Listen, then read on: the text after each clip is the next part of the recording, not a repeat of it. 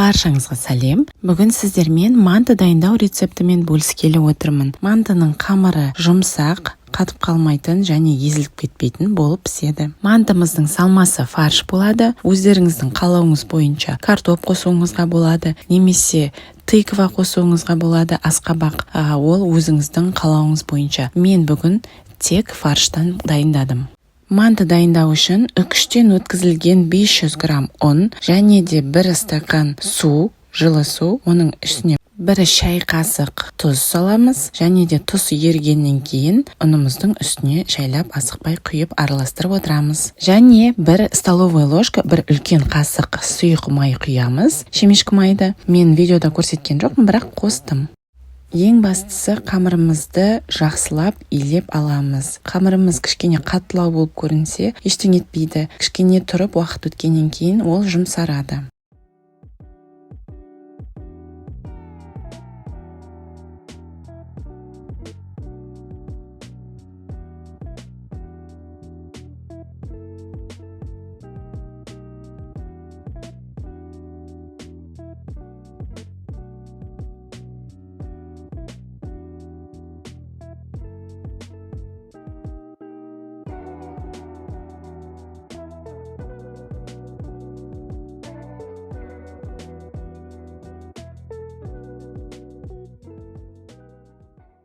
Қамырымызды илеп болғасын осылай пакетімізге салып қоямыз.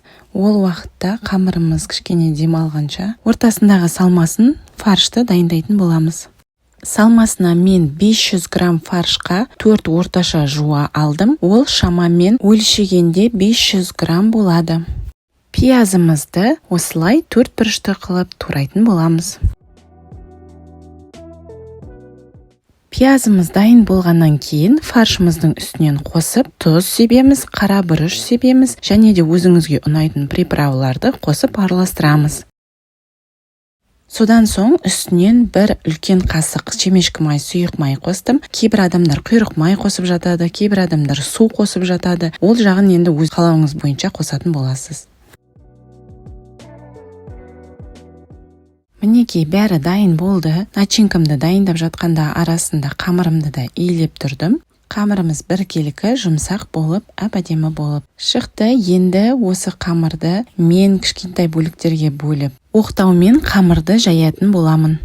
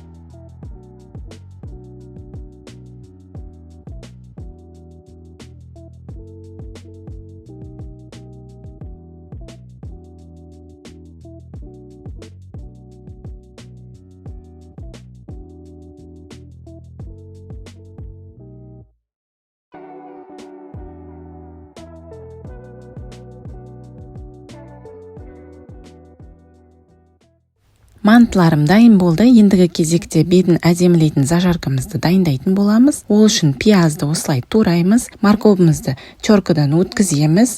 Оның үстінен томат пастасын қосып, тұздап, қара бұрышын салып қуыратын боламыз. Мантаваркамызды алып, ішіне су құйып, отымызды жағып, қайнатып аламыз. Мен ертерек дайындап манталарымызды морозильникке салып қатырып алған болатынмын. Ендігі кезекте дайындауға кірісеміз. Мантаваркамыздың астына шемешкі май, сұйық май жағып, манталарымызды қойып шығамыз. Бірақ менің өзімнің способым бар. Осылай ыдысқа шемешкі майды құйып алып, манталарымыздың астын батырып, бір-бірден қойып шығамын.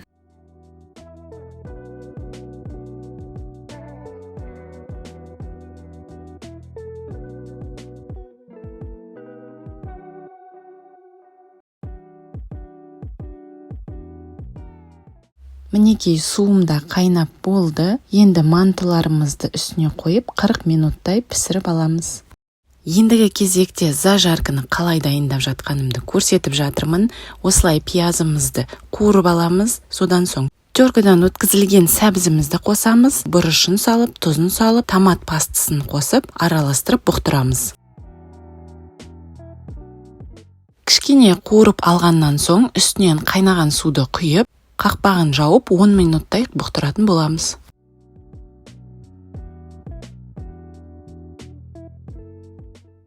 Мінекей мантайымыз дайын болды.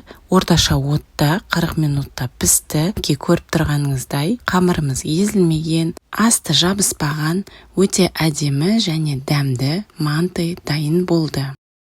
Қарағандарыңызға рахмет. Осы рецепт бойынша дайындап жатсаңыз, пікіріңізді комментарийға жазып кетіңіздер. Ұнаса лайк басуды ұмытпаңыздар. Және де менің парақшама тіркеліп отырыңыздар. Алдағы уақытта әлі де күшті керемет дәмді рецепттер салатын боламын. Баршаңыз сау болыңыздар, астарыңыз дәмді болсын.